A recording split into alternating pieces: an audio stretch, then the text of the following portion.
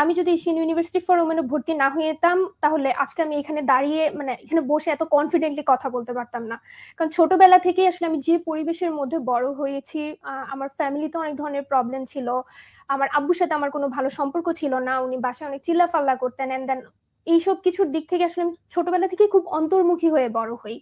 কিন্তু ইউডব্লিউ তে এসে যে এনভায়রনমেন্ট আমি প্রায় পাই, যে প্রফেসরদের থেকে যে হেল্প আমি পাই, ওটার কারণে তারপরে বিভিন্ন দেশের মেয়েদের সাথে আমি মিশার সুযোগ পাই। ওইখান থেকে আসলে আমার লিডারশিপ স্কিল বলেন বা আমার এই যে কনফিডেন্ট বা কারোর সাথে এই যে নেটওয়ার্কিং করার যে একটা ক্ষমতা, এই সবকিছুই আমি আসলে এশিয়ান ইউনিভার্সিটি ফর ওমেন থেকে শিখি। এশিয়ান ইউনিভার্সিটি ফর ওমেন আসলে একটা বাবল, যে বাবলের মধ্যে হচ্ছে একটা মেয়ে নিজের ইচ্ছা এবং স্বাধীনতাকে সম্পূর্ণ প্রায়োরিটি দিয়ে মানে এমন ভাবে গড়ে ওঠে যাতে সে ওই বাবল থেকে বের হয়ে যে কোনো সিচুয়েশনে সার্ভাইভ করতে পারে। এন্ড আমি মনে করি আমি এই যে একটা সম্পূর্ণ অপরিচিত মানে শহরে, ঢাকা শহরে এসে থাকতেছি, জব করতেছি, এটা সম্পূর্ণ পসিবল কারণ ওই আমার অভিযোজন ক্ষমতা বা অ্যাডাপ্টেশনটা হচ্ছে আমি ইউনিভার্সিটি থেকেই নিয়ে আসছি।